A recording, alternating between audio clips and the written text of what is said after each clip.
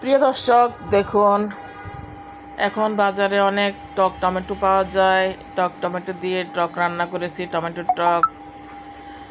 আমি টমেটোর টক রান্না করার জন্য কই মাছ ও ট্যাংরা মাছ কুটে নিয়েছি। হলুদ মরিচ লবণ মাখিয়ে তেলের ভিতরে কই মাছ ট্যাংরা মাছগুলো ভাজা করে নিয়েছি। তারপর এগুলো তুলে মশলা কষিয়ে নিয়েছি, আদা রসুন সব ধরনের মশলা, গুঁড়া মশলা সব পেস্ট কষিয়ে নিয়ে টমেটোগুলো ছেড়ে দিয়েছি। টমেটোগুলো একটু কষিয়ে নিয়ে ঝোল দিয়ে দিয়েছি পরিমাণ মতো। যেহেতু আমি এটা ঝোল করব, টক রেসিপি করব, পানির পরিমাণ একটু বেশি দিতে হয়। এরপর আমি ভেজে রাখা ট্যাংরা মাছ ও কই মাছ ছেড়ে দিয়েছি।